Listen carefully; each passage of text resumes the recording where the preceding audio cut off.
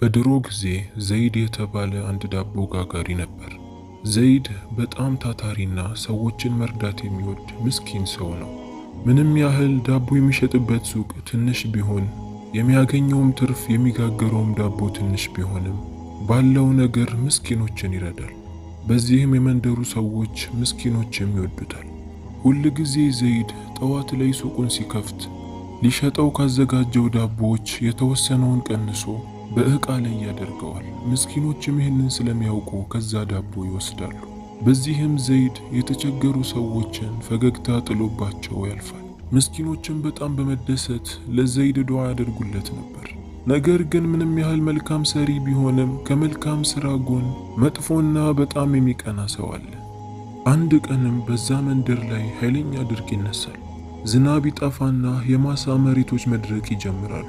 በዚህም የጤፍ ዋጋ በጣም ከፍ ይላል።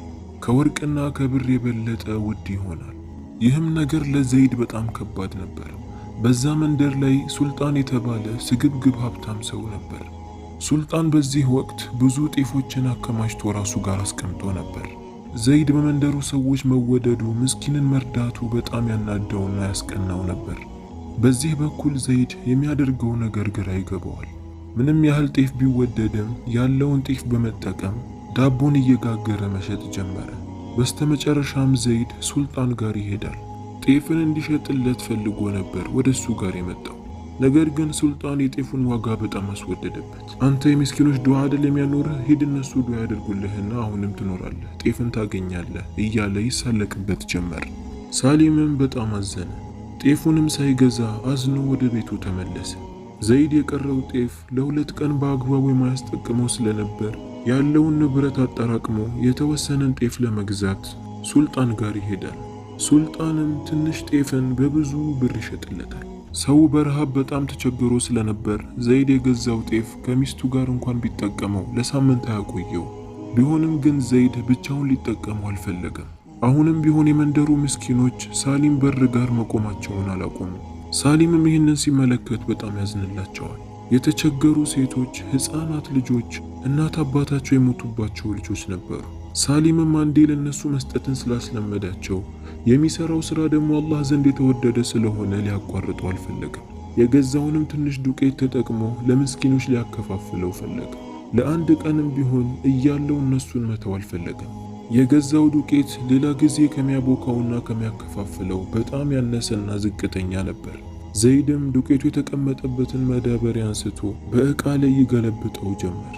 እየገለበጠውም ሳለ በድንገት የሆነ ነገር ወደ ውስጥ ሲገባ ይመለከታል። ዘይድም ዱቄት ውስጥ እጁን አስገብቶ መፈለግ ጀመረ። አንድ በጣም የምታምርና ትልቅ የነበረ የጤፍ አንድ ፍሬ ዘለላ ነበር። ከሌላው ጊዜ ጤፍ የተለየ ወርቃማ ከለር ያለው ትልቅ ነበር። ሳሊምም እያገላበጠ በአግራሞት ይመለከተው ጀመር። ያቺንም ጤፍ ያስቀምጣትና ወዲያውኑ ያለውን ዱቄት ተጠቅሞ ዳቦን መጋገር ጀመረ። ዳቦንም ጋግሮ ከጨረሰ በኋላ ለመጨረሻ ጊዜ ዳቦን ላይ ጋግር እሳቱን ያጠፋዋል። ውጪ ላሉትም ምስኪኖች ዳቦውን ማከፋፈል ጀመረ። ለራሱና ለሚስቱ እንኳን በቂ ነገርን አላስቀመጠም። ለምስኪኖችም አከፋፍሎ ከጨረሰ በኋላ ያንን አንድ ፍሬ የሚያምር የጤፍ ዘለላ ይመለከተው ጀመር። ምናልባት ይሄ ጤፍ ትልቅ ዋጋ ሊኖረው ይችላል፣ አላህ ለኔ ብሎን ያስቀመጠው ብሎም አሰበ። ሚስቱም ወደሱ ጋር በመጣች ጊዜ ያንን አንድ ፍሬ ስንዴ ያሳያት ጀመር። ሚስቱም ይሄ አንድ ፍሬ ጤፍ ምን ሊያደርግልን ይችላል? ከተለምዶ ወጣ ማለቱና ማማሩ ምንም ሊጠቅመን አይችልም አለችው። ነገር ግን ዘይድ እኔ እንደዚህ አላሰብኩም፣ ምናልባት መልካም ስራን በመስራቴ አላህ ለእኔ ያዘጋጀልኝ ደሞዝ ሊሆን ይችላል። ስለዚህ ዝም ብዬማ ይሄን አልጥለውም፣ ወይ ዝም ብዬ ፈጭቼ አልበላውም፣ ወጥቼ ተክለዋለሁ አለ። ሚስትየውም በሌለ ውሃ በፀሐይ ላይ ብቻ ተክለኸው ምን ሊያደግ ይችላል? ልፋት ብቻ ነው የሚሆንብህ፣ ይቅር አለችው። ነገር ግን ዘይድ ውስጡ ላይም ይሄ ነገር ይመላለስበት ስለነበር እተክለዋለሁ ችግር የለውም ይላትና ወደ ጓሮው ይሄድና መሬትን ቆፍሮ ያቺን ትልቅዬ የምታምር ወርቃማ ከለር ያላትን ጤፍ ይተክላታል። አስተካክሎ መሬት ስር ከቀበራት በኋላ ቤት ውስጥ ካላቸው ለመጠጣት ካስቀመጡት ውሃ የተወሰነን ወስዶ እሱ ላይ ያፈሰው ጀመር። በስትክክል እንደተከለውም ካሰበ በኋላ እጁን ዘርግቶ ወደ ሰማይ ዱዓ አደረገ።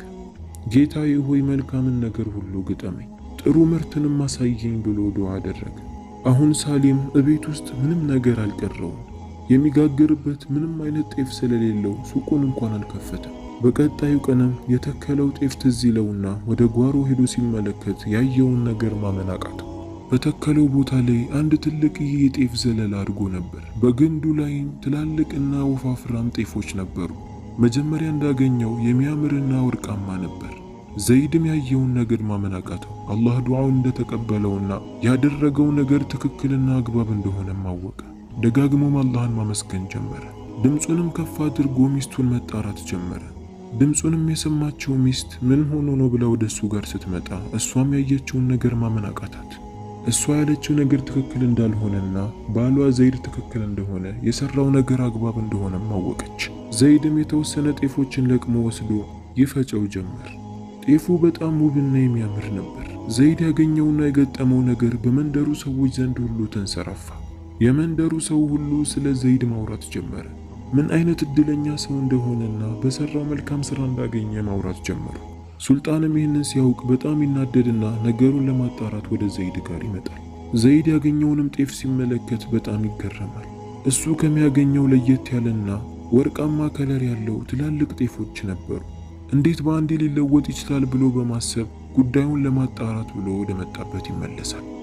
ዘይድም ሱልጣንን ችላ ብሎ እስካሁን ድረስ ለተዋቸው ምስኪኖች ለመድረስ ያገኘውን ጤፍ ወዲያውኑ ማዘገጃጀት ጀመረ።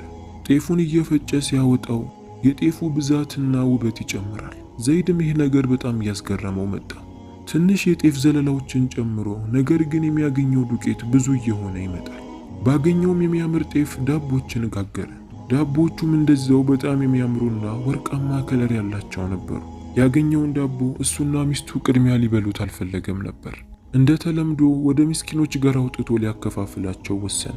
ምንም ያህል የጋገረው ዳቦ ብዙ ባይሆንም በየተራ ዳቦውን ለሁሉም ማከፋፈል ጀመረ። የሚያስገርመው ነገር ዳቦውን ለአንድ ምስኪን በሰጠው ቁጥር ከዛ ላይ አይቀንስም። ለእያንዳንዱ ምስኪን ይሰጥ ጀመር። ነገር ግን ዳቦ አይቀንስም። የአላህ በረካ እንዳረፈበትም አወቀ። በጣምም ተደሰተ። አላህንም ደጋግሞ ማመስገን ጀመረ። ምስኪኖቹም በተቸገሩበት ሰዓት፣ ማንም ሊረዳቸው ፈቃደኛ ባልሆነበት ሰዓት ዘይድ ባለው ነገር ምስኪኖችን ከመርዳት ወደ ኋላ እንደማይል ሲያውቁ በጣም ተደሰቱ። ከበፊቱ በበለጠ መልኩ ዱዓ ያደርጉለት ጀመር። አሁንም ቢሆን ይሄ መልካም ስራውን ሱልጣን አልወደደለትም ነበር። እንዴት በአንዴ እንደዚህ ሀብታም ሆኖ ምስኪኖችን ያከፋፍላል? ያንንም የሚያምር ጤፍ ኬት ነው ያገኘው? ይሄ ጤፍ ለእንደሱ አይነቱ ሞኝና ቂል ሰው አይገባም። ይህን ጤፍ እኔ ማግኘት አለብኝ፣ የማደርገውን ነገር እኔ ያውቃለሁ አለ። ከዛም ሱልጣን ማታ ላይ ሁሉም በተኛበት በድብቅ ወደዛ ምስኪን ዘይድ ቤት ይገባል። ወደ ቤቱም ገብቶ ያንን ጤፍ ኬት ያገኘው እያለ እየተዘዋወረ ሲመለከት በአንድ በር ላይ የተቀመጠ ሙሉ መዳበሪያ ጤፍን ያገኛል። ጤፉ ከዚህ በፊት የተመለከተውና የሚያምረው ወርቃማው ጤፍ ነበር። ሱልጣንም በጣም ተደሰተ። ለካ ይህንን ጤፍ ዘርቶ ነው ይሄን ሁሉ ያገኘው። እዚህ መዳበሪያ ውስጥ ያለውን ጤፍ ሁሉ ወስጄ ራሴ ተክለዋለሁ፣ እሱ ምንም ማግኘት የለበትም ማለት። ከዛም ማንም ሳያየው ያንን ጤፍ ወስዶ በራሱ ጓሮ ላይ ይተክለዋል። በዚህ ዘይድን የሚያከስረው እሱ ደግሞ በጣም ትርፋማ እንደሚሆን አወቀ። አሳምሮ ከተከለውና ካስተካከለው በኋላ ጥሩና ንጹህ ውሃን ያጠጣው ጀመር። ከሌሊቱ አብዛኛውን ክፍል ጤፉን የዘራበትን ቦታ በመኮትኮትና በማስተካከል ተጠመደ። ጠዋት ላይም ዘይድ ወደ ጓሮ ሲሄድ ያስቀመጠውን ጤፍ ያጣዋል። በጣምም ያዝናል። ነገር ግን ያዘነው እንዲህ ምስኪንና ሰዎችን እየረዳ ሳለ በሱ ላይ ተናዶ ምቀኛ የሆነበት ሰው በመኖሩ ነበር። ያ ረቢ እንደዚህ ያደረገኝን ሰው እንዳተወው ብሎ ዱዓ አደረገ። ያንን በረካ ያረፈበትን ጤፉን በመሰረቁ በጣም አዘነ። ዘይድም ወደ ጓሮ ሄዶ ሲመለከት አሁንም ያ የተከለው ጤፍ በጣም አብቦ ነበር። ከመጀመሪያው በበለጠ መልኩ ቅርንጫፎቹ ተስፋፍተው ነበር። ዘይድ በጣም ተደሰተ። በጠፋው ጤፍ ፋንታ አላህ የተሻለንና ብዙን እንደተካለትም አወቀ። በተቃራኒ በኩል ሱልጣን ከተኛበት ተነስቶ ጓሮን ሲመለከት ያየውን ነገር ማመን አቃተው። የዘራው ጤፍ ሁሉ በእሾክ ተሞልቶ ነበር። እሾኩ ደግሞ ወዲያውኑ ነበር እያደገ ነበር። ሙሉ ማሳው ላይ የተከለውን ሌላ የራሱን ጤፍንም ጨምሮ በከለበት። በፍጥነት እሾኩ የተስፋፋና ሌላውን እያበላሸበት እንደሆነ ሲያውቅ መቀስን ይዞ መጥቶ እሾኩን ለመቁረጥ መሞከር ጀመረ። ነገር ግን እሾኩ በጣም ጠንካራና ኃይለኛ ስለነበር እጁ በእሾኩ ተይዞ በጣም ተጎዳ። የእሾኩ እድገት በጣም ፈጣን ስለነበር ከማሳውም አልፎ ቤቱ ሙሉ በእሾክ ተሞላ። በዚህም ተስገብግቦለት የነበረውን ንብረት ብቻ ሳይሆን የገዛ ንብረቱንም ያጣል። ሱልጣን የደረሰበት ነገር በመንደሩ ሰዎች ዘንድ መነጋገሪያ ሆነ። ሱልጣን በመጥፎ ሲነሳ መልካምና ቸር የነበረው ዘይድ ግን በመልካም ይወሳ ጀመር። ዘይድም ጥሩ የማሳ መሬትን ገዝቶ ያንን ያገኘውን የወርቅ ጤፍ እንደገና ዘራው። ብዙና የተሻሉ ትርፋማ ጤፎችንም አገኘ። በዚህም የመንደሩ ሰዎች ሁሉ ዘይድን አርአያቸው አደረጉት። ዘይድም ምስኪኖችንን ከመርዳት አልፎ ለነሱ ሱቅ ከፍቶ ዳቦን እንዲሸጡ ማድረግ ጀመረ። ሱልጣን ደግሞ እንደከሰረ ቀረ። ዘይድ መልካም ነገር በመስራቱ ጥሩ ትርፍን አገኘ።